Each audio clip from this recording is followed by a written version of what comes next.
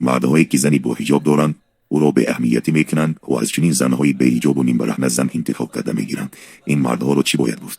الحمدلله و کفى و سلام علی عباده الذین اصطفى.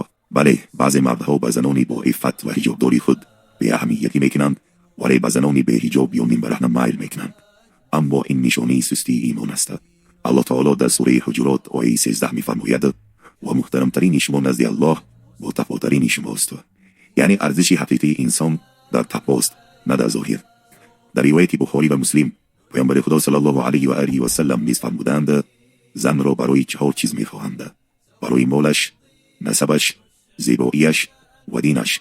زن دیندار را انتخاب کن تا دستت به خیر رسد. مردانی که زنان حجابداری خود را قدر نمی کنند باید بدانند که آنها نعمت الله را نادیده گرفتند.